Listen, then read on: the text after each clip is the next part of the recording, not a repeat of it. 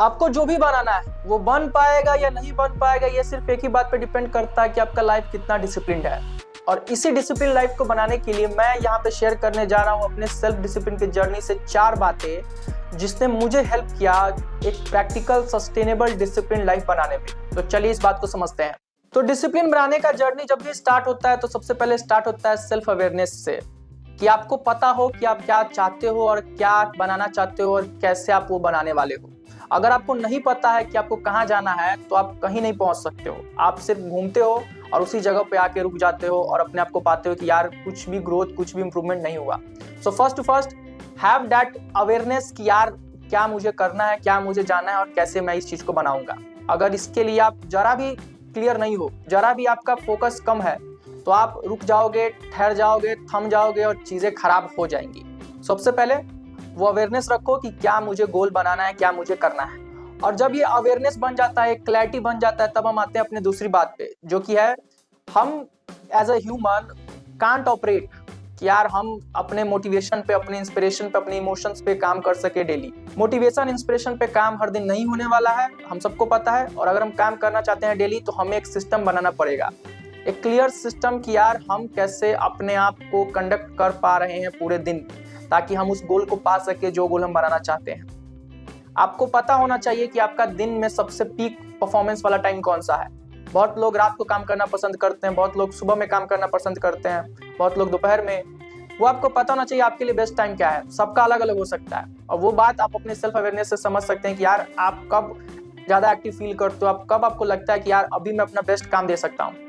उस टाइम को आपको डिसाइड करना पड़ेगा, उस तरीके को आपको समझना पड़ेगा कि यार आप कैसे उस मोमेंटम में आते हो, कैसे उस फ्लो को पकड़ते हो कि यार अब मुझसे जो काम होना है सब काम हो जाएगा। वो मोमेंटम आपको क्रैक करना पड़ेगा आपको पूरे दिन में, कि वो मोमेंटम कब है, कैसे है, और उसके हिसाब से कि यार मुझे अब इस तरीके से काम करना, इस टाइम पे मैं अब काम कर सकता हूँ। So have that system. समझो उस चीज़ को कि यार कैसे मैं अपने आप को इस डे में अडेप्ट कर सकता हूँ, जहाँ पे आपको सोचना ना पड़े कि यार मैं अब क्या करूँ। आप बस फ्लो करो, आप बस देखो कि यार मैं ऐसे ऑपरेट कर सकता हूँ, ऐसे मैं अपना बेस्ट काम कर सकता हूँ, तो ऐसे ही मैं काम करूँगा। एंड ऐसे करके आप बन सकते हो, आप उस सिस्टम को बना सकते हो। अब आपके पास क्लियर गोल है, अब आपके पास सिस्टम है, लेकिन फिर भी आपके पास वो चीज़ नहीं है जो बहुत इंपॉर्टेंट है। तो चलिए उसको समझते हैं अपनी तीसरी बात से। तो तीसरी बात ये है कि हम जब भी काम करते हैं तो हम 2 चीज़ के कोऑर्डिनेशन से काम करते हैं, एक हमारा बॉडी और एक हमारा ब्रेन। और जब भी इन दोनों से काम किया जाए या फिर इन दोनों के साथ जब भी काम किया जाए तो आपको एक बैलेंस बना के चलना पड़ता है कि आपका बॉडी और माइंड ज़्यादा टायर्ड ना हो, एग्जॉस्ट ना हो, जिसकी वजह से आप बीच में ही टूट जाओ, बिखर जाओ और आपका डिसिप्लिन लाइफ खराब हो जाए। सो बहुत ज़्यादा इंपॉर्टेंट है अपने लाइफ में, अपने डिसिप्लिन के जर्नी में उस एलिमेंट्स को ऐड करना जो आपको सपोर्ट करता है।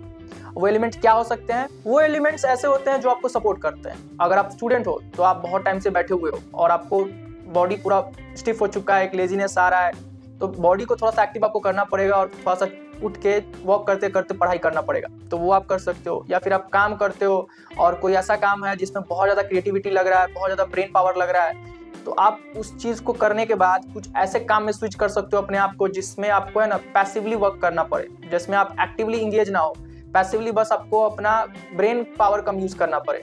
और ऐसी चीज़ों को देख के आप उसमें अडेप्ट कर सकते हो ताकि ब्रेन थोड़ा सा रिलैक्स हो जाए।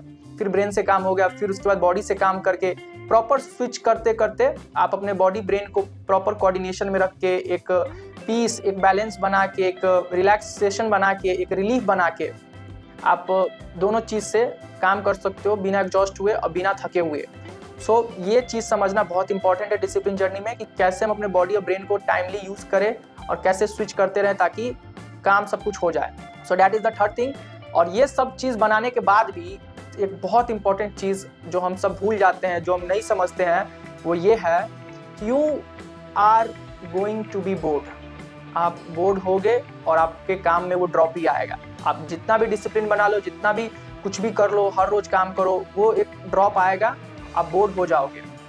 और आप जब बोर्ड होगे उस काम को करते करते, तब आपको ये चीज़ समझना होगा कि ये बहुत नॉर्मल है, बहुत ईजी है। इसको ज़्यादा रिग्रेटफुल नहीं होना है कि यार मैं तो फिर से जीरो पे आ गया, मैं फिर से स्टार्ट कर रहा हूँ, ऐसा मत करना। वो लाइफ का वो फेज ही है, वो पार्ट ऑफ द प्रोसेस है, वैसे ही चलेगा। क्योंकि हम इंटरनल और एक्सटर्नल दोनों इन्वायरमेंट में काम करते हैं। हो सकता है बाहर की कोई चीज़ें ऐसी हो जो आपको अफेक्ट करे, जिसकी वजह से आपका परफॉर्मेंस ड्रॉप हो सकता है आपके अंदर बहुत तूफान चल रहा हो, कोई इमोशन आपको बहुत परेशान कर रहा हो और उस सब की वजह से वो ड्रॉप आता है परफॉर्मेंस में, वो डिसिप्लिन थोड़ा सा क्वालिटी उसका कम हो जाता है। लेकिन अंत में अगर आप उसमें लगे हो, काम कर रहे हो, तो आप जीरो पे नहीं हो, आप उस चीज़ को फेस कर रहे हो, बेंचमार्क सेट कर रहे हो और आगे बढ़ रहे हो। सो बोर्डम आएगा, परफॉर्मेंस में ड्रॉप आएगा, अपने को रुकना नहीं, अपने को काम करना है और काम करते रहोगे तो वो सब चीज़ बेटर हो जाएगा और आगे बढ़ेगा। कितना भी ऊपर नीचे ड्रॉप परफॉर्मेंस ये सब होता रहे, अंत में आपको जो ग्रोथ का लाइनिंग होगा ग्राफ, वो हमेशा ऊपर ही दिखेगा। So that is the main thing to consider. And यही 4 चीज़ आप फॉलो कर सकते हो मेरी तरह और अपने डिसिप्लिन लाइफ को बना सकते हो बिना थके, बिना रुके और एक प्रैक्टिकल वे में आगे बढ़ सकते हो। ऐसे ही प्रैक्टिकल वीडियो और आपको चाहिए तो इस चैनल को सब्सक्राइब करो। Signing out.